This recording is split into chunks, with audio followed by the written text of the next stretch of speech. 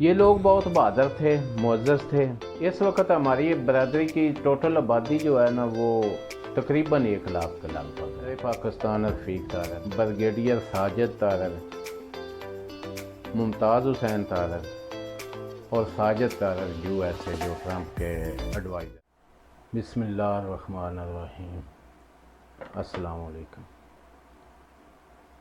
یوں تو دنیا میں سب انسان برابر ہیں،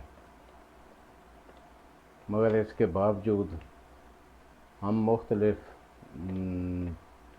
لحاظ سے تقسیم ہوئے ہیں۔ ملکوں کی تقسیم، صوبوں کی تقسیم، ذات برادریوں کی تقسیم۔ تو یہ ذات برادریاں ویسے ہیں تو پہچان کے لیے، لیکن کچھ علاقوں میں ان کو بہت اہمیت دی جاتی ہے۔ تو آج میں کوشش کرتا ہوں اپنی برادری یعنی تارڑ برادری کے بارے میں تھوڑی سی تاریخ بتانے کی۔ ویسے وہ کافی عرصہ سے ایک صاحب ہیں عباس تارڑ، وہ بتا تو رہے ہیں کہ میں تارڑ برادری کے اوپر ایک کتاب لکھ رہا ہوں، لیکن ان کی کتاب بھی لگتا ہے کہ 28 میں کہیں چلی گئی ہے، پھر وہ نظر نہیں آئی۔ 30 سال سے یہ سن رہا ہوں۔ ایک دو دفعہ میری ان سے ملاقات بھی ہوئی، بس وہ جب بھی ملتے ہیں یہی کہتے ہیں۔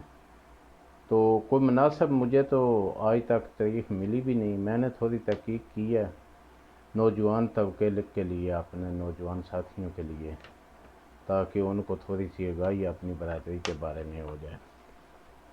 تو یہ لفظ تارڑ بیسیکلی تارد لفظ سے نکلا ہے، جو انڈیا میں رائج تھا تارد، اس سے نکلا ہے۔ اس کو فارسی میں تراور بھی کہا جاتا ہے، لیکن یہ تارڑ لفظ ہے، اب بن چکا ہے۔ تو اس کے بارے میں 2 روایت مشہور ہیں۔ پہلی روایت تو یہ ہے کہ پھالیا کا رہائشی تھا تارڑ نامی شخص، اس کی اولاد آگے چل کر تارڑ قبیلہ بن گئی، تارڑ برادری بن گئی۔ لیکن یہ روایت اس وقت دم توڑ جاتی ہے جب ہمیں تارڑ برادری کے لوگ انڈیا میں بھی نظر آتے ہیں۔ انڈیا کے مختلف صوبوں، مثلا راجستھان، پنجاب، ہریانہ اور مدھیہ پردیش، ان علاقوں میں بھی تارد پائے جاتے ہیں، جو ابھی تک تارد ہیں، اور وہ اپنے نام کے ساتھ چودھری اور آگے تارد لکھتے ہیں۔ ان کا بھی اپنے دور میں ادھر بہت کمال ہے، ان کو مختلف ایوارڈ سے بھی نوازا گیا۔ 1971 تک تو بہت تاریخی لوگ تھے، اس کے بعد کوئی خاص لوگ نہیں نظر آتے انڈیا میں، لیکن وہ لالا رام تارد وغیرہ مشہور لوگ تھے انڈیا میں۔ تو یہ دوسری روایت یہ ہے کہ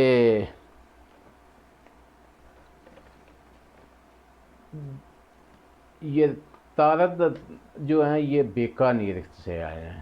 تو اس کی تفصیل کچھ اس طرح ہے کہ گاؤں جسرا سر، تحصیل نوکھا، ضلع بیکانیر، راجستھان کے علاقے سے جسرائی تارد قوم جٹ گوترا، وہ جٹ گوترا تھے۔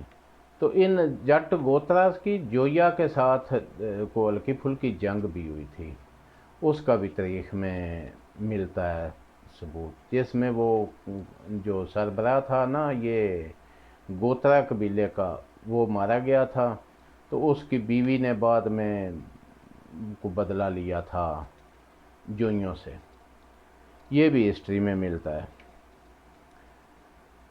تو اس علاقے کا جسرائی تارد قوم جٹ گوترا، اس کی اولاد کے کچھ لوگ اس وقت راجستھان سے ہجرت کر کے موجودہ ضلع حافظ آباد کے گاؤں کیلو تارڑ میں آ کر آباد ہوئے تھے، کیونکہ وہاں راجستھان میں پینے کے پانی کے مسائل پیدا ہو گئے تھے۔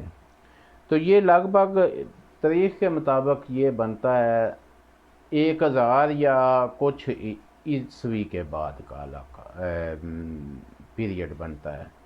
یہ سلطان محمود غزنوی کا دور تھا جب انہوں نے ہجرت کی، تو وہاں انہوں نے دیکھی کیلو میں زمین کافی زرخیز تھی، تو ادھر آ کر آباد ہوئے، پھر دریا کے دوسری طرف موجودہ ضلع منڈی بہاولدین میں بھی۔ تو لگتا ہے یہ جتنے دیہات ہیں نا دریا کے دونوں طرف، یہ آباد بھی انہی نے کیے ہیں، کیونکہ اس سے پہلے جب سکندر اعظم اس علاقے میں آیا تھا نا، تقریباً اس سے 1000 کچھ سال پہلے ان کی ہجرت سے، تو اس وقت اپنا ادھر گاؤں تھے تحصیل پھالیا کے علاقے میں یا منڈی بہاولدین کے علاقے میں گاؤں تھے صرف دریکاں، پھالیا اور مرالا۔ اس کے بیچ جتنے گاؤں ہیں یہ سب سکندر اعظم کی آمد کے بعد آباد ہوئے ہیں، تو لگتا ہے اس میں بھی زیادہ جو حصہ ہے نا وہ انہی کا ہے، انہی نے آ کے آباد کیا ہوگا، کیونکہ ہمارے پاس ایک مشہور قصبہ ہے رن شریف، وہ نوشو صاحب نے آباد کیا تھا، اور وہ بھی 1500 کے بعد آباد ہوا ہے، کیونکہ نوشو صاحب کا دور یہی ہے 1500 عیسوی کے بعد۔ تو یہ سارے علاقے اسی برادری نے آباد کیے ہیں دریا کے دونوں طرف۔ یہ لوگ بہت بہادر تھے، معزز تھے، تو انہوں نے ہر دور میں اپنا کردار ادا کیا۔ قیام پاکستان کے وقت انہوں نے مسلم لیگ کی حمایت کی، تو چونکہ یہ علاقہ بیکورڈ سمجھا جاتا تھا، دریا کنارے پہ ذرائع آمد و رفت کم تھے، بیکورڈ سمجھا جاتا تھا، اس کے باوجود اس قوم نے بہت ترقی کی۔ آج بھی اس قوم کی بے شمار فیملیز، اس برادری کی بے شمار فیملیز ویل سیٹڈ، ایجوکیٹڈ، بلکہ ویل ایجوکیٹڈ ہیں، جو ملک اور ملک سے باہر اپنا کردار بھرپور طریقے سے ادا کر رہے ہیں۔